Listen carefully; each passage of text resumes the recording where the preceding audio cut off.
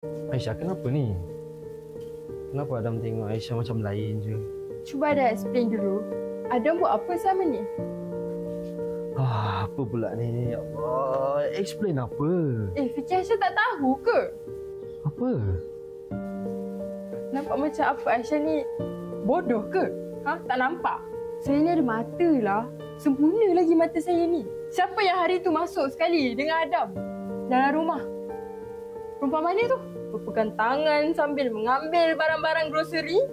Masa suami isteri lah. Laki zaman sekarang memang macam ni Saya tak faham lah. Kenapa Ada perempuan masuk dalam rumah? Ya. Rumah Adam? Ya. Sayang, tengok muka dia. Ini muka buaya ke? Tak kan? Laki pakai spek ke tak spek ke, nerd ke tak nerd ke, handsome ke, sama je semua. Semua buaya Adam.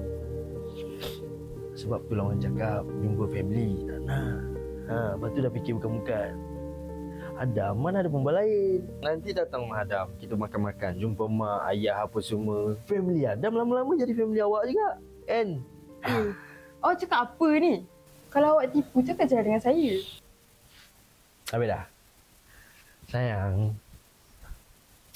dia bukan siapa-siapa lah. Dia adik Adam. Dia memang tinggal dekat rumah Adam sebab dia kerja dekat dengan rumah Adam. Mak cakap dengan Adam, Adam, jagalah adik kau. Kau dekat dengan tempat kerja dia. Bagilah satu bilik kat dia. Nanti kalau dia lapor ke apa, kau bawa lah pergi market. Sebab tu lah awak nampak saya beli barang, ada perempuan pakai tudung dekat rumah. Adik saya.